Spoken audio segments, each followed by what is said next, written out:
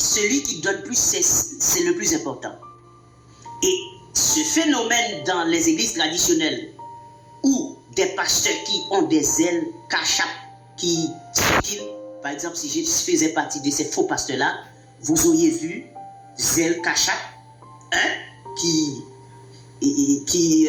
comment dire, était en train de tourner en boucle sur mon écran, et contribuer, supporter mon ministère.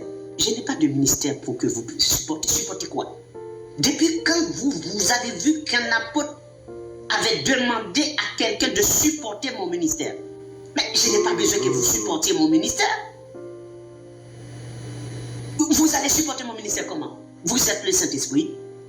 C'est le Saint-Esprit qui peut supporter mon ministère, gérer mon ministère, conduire mon ministère. Mais ce n'est pas vous. Non. Parce que ce n'est pas vous qui m'avez choisi. Comme dit le Seigneur Jésus-Christ dans Jean 15, 16. Donc, il m'a choisi, c'est à lui de prendre soin de mon ministère.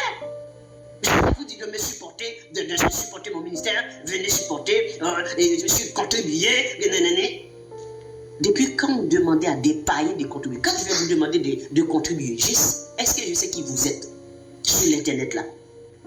Je ne vous connais pas.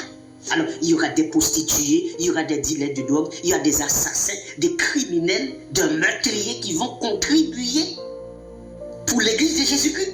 Vous avez vu ça dans quelle Bible?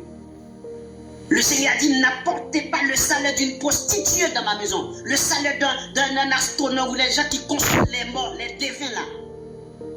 Vous n'apportez pas un salaire des drogues, un salaire de malfaits, des fraudes, de vols, des escroqueries, un salaire d'abus de confiance. Vous n'apportez pas ça dans la maison de Dieu. Et d'ailleurs, à l'église de Jésus, ce sont les saints qui contribuent. Vous n'êtes pas baptisé, vous ne contribuez pas à l'église. Et d'ailleurs, lorsque nous sommes réunis, vous n'allez même pas voir comment nous déposons nos offrandes ou peu importe ce que nous avons. Parce que vous ne faites pas partie de l'assemblée, vous ne faites pas partie des saints. Les saints savent où mettre ce qu'ils apportent. Nous ne passons pas des corbeilles devant vous. Nous ne sommes pas des mendiants. Nous sommes des enfants de Dieu. Et ceux qui doivent contribuer, Dieu les incite. Dieu leur met ça en cœur. Dieu leur parle. Dieu leur dit quoi donner. Vous n'avez pas besoin de dire à quelqu'un, il faut donner tant. Non, Dieu, c'est lui qui est le maître du ministère. C'est lui qui est le maître de la moisson, c'est à Dieu. Non.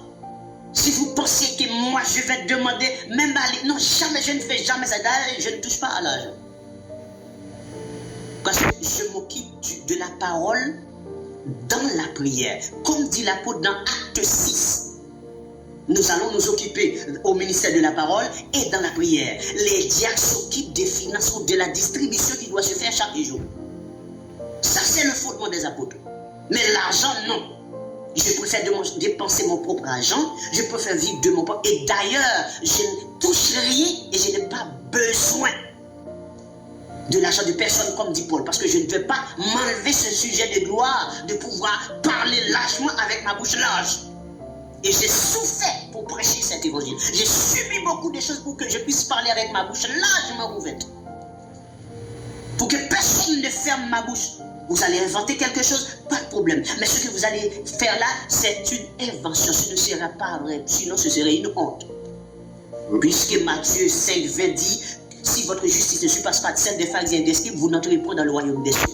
Donc ma justice doit surpasser vos justices. En tant qu'homme de Dieu.